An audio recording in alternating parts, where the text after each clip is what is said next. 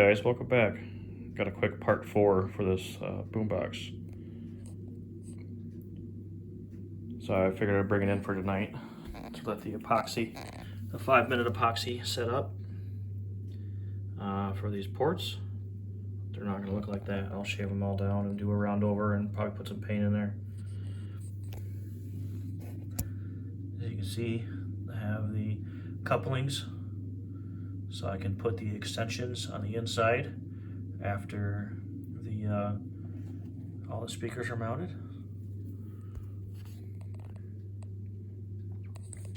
And then we have on the side here, we have what's going to be a plexiglass window, or the acrylic, one on each side, and then this hole and that hole over there is where the round Parts Express 2-part handles are going to be installed.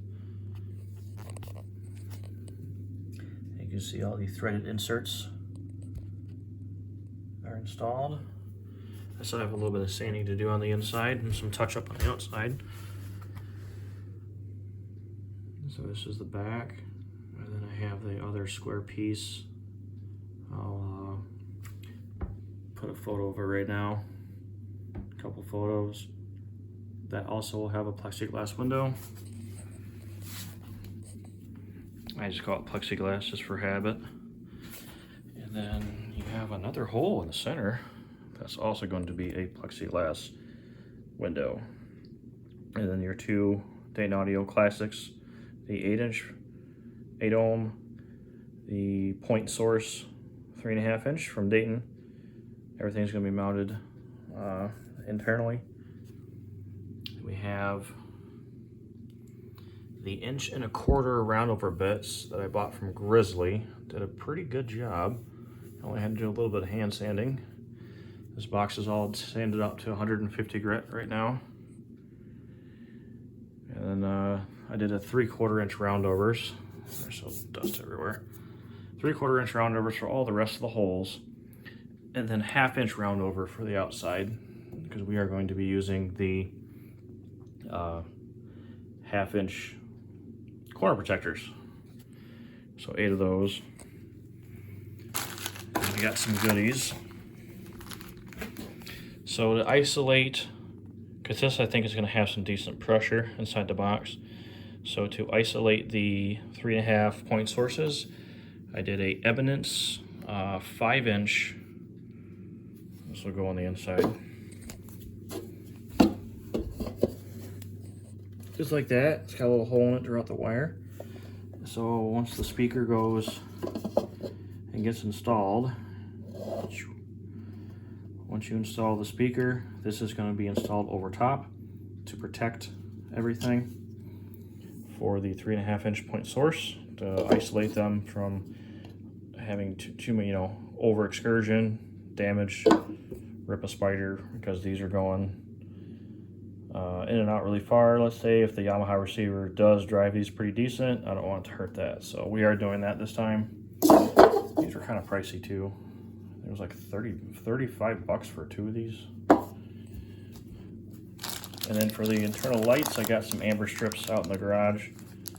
And then I bought a momentary switch. No, not momentary, it's non-momentary, sorry. Yeah. Here's a part number for that.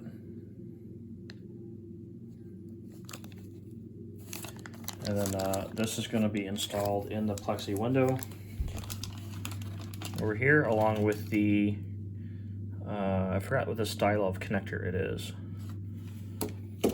but a little connector on the outside for the wires coming from the receiver. Got some more Tech Flex.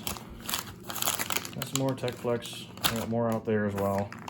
I'm going to try to route all the wires with Tech Flex on the inside of the box. And then here is the 12-volt adapter. Here is the extension. And then I also have these little jacks, I guess you could call them. I bought a second one. I don't know if I'm going to need it. I don't think so. But basically I want to run this alongside, wrapped in here, alongside the speaker wires coming off the receivers, so it can be all kind of plugged plugged in together at the same time in the same general area. Like I said, the front's got a plexiglass in it, the two sides and the back, so this should glow pretty nice. And then I got a Harley Davidson emblem, a chrome one I'm going to put up here. And then show you the feet on the bottom.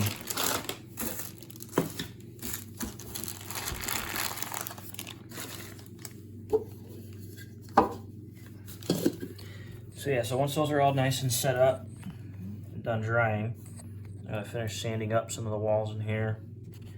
And then after all the speakers are installed, I will put the extensions on, which only leave me a few inches in between.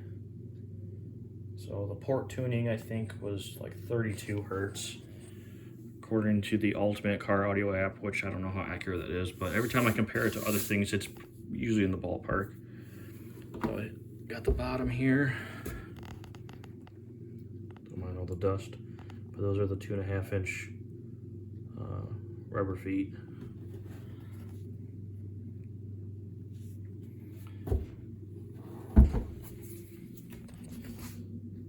Yeah, this is a big boombox. Not as big as the last one, but it's a little thicker.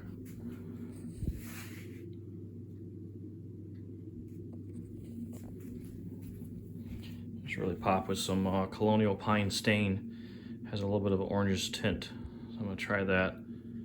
So it's like an orange and black, you know, for Harley Davidson. Should be pretty cool.